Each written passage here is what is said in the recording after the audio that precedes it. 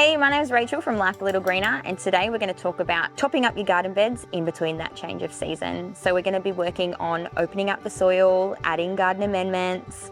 We're going to talk about irrigation that we can't forget, and laying our mulch. And so being mindful that I am growing in the subtropics. So this is useful for people growing in the subtropics and also in warm and cooler temperate climates. In those cooler climates, they might find that they've got frost, or it's too cold, or it snows over. And so there's definitely some great advice out there for those growing in those areas. And so this is my favorite garden bed that we're going to be working on today. It's got a lot of different species in here, but as you can see, some of them have died out because it's they've had their life cycle, and now we're ready to change it out.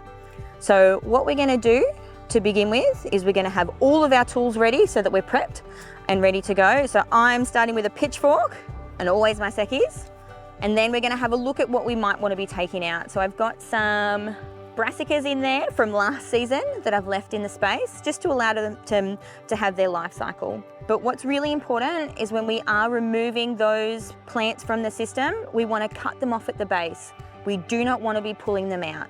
If we're pulling out those plants, we're taking out that established rhizosphere, which is the root zone. And so that root zone is where that nutrient transfer happens between the microbes in the soil and the plant. And so you can see, you just peel it back, you find the base where the plant is entering the soil, and you just cut it off there. So what is a rhizosphere? So the rhizosphere is the area around the root zone where the microbes are living. So these can be things like bacteria, nematodes, mycorrhizal fungi. And so these microbes are living in this space, and they're transferring nutrients from the soil to the plant.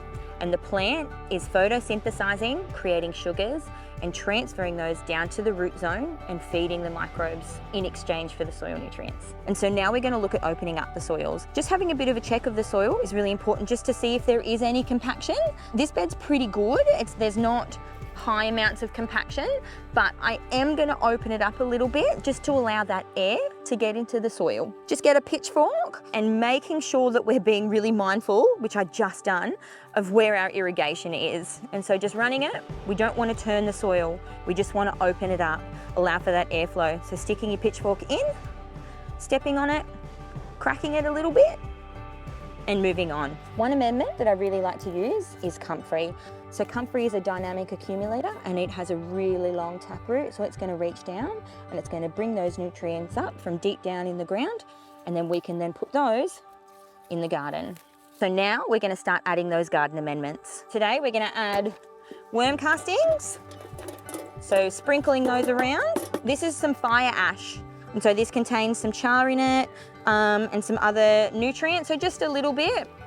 Making sure we're not breathing it in is really quite important. And then a little bit of rock dust.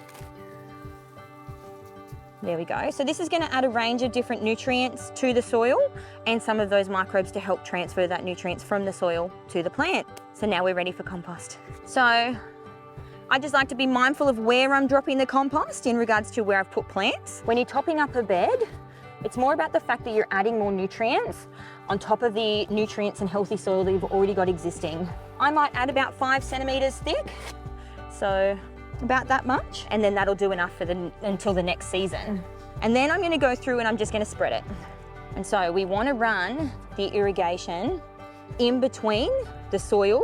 Depending on how you like to do things, you can either plant now and mulch around it, whereas I like to mulch and then plant because the style of mulch that I'm using. So I'm using a thicker, coarser mulch of hay, which is by far my favourite mulch to use. And it leaves the ability for you to kind of open up a space and plant within that. So be careful where you're buying your mulch from. We want to be sure that we're using an organically sourced mulch to prevent adding things to our veggie garden, which we don't want to be added there. The thinner your mulch, the closer it is together, the more of a netting that it can create. If you've got a nice coarse mulch like this, it allows water to penetrate in, but it still also prevents water coming out and helps with weed suppression. So now we're up to my favorite part, which is planting. And so I do love to plant sporadically. And so what we're going to do is always soak your seedlings.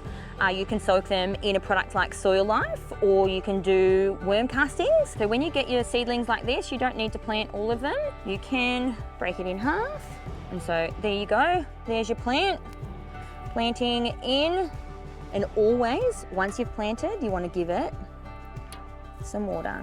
Thank you for watching our video. I do hope that you found it really informative. If you do have any questions, please just leave them in the comments below and we'll get back to you. Good luck, happy gardening.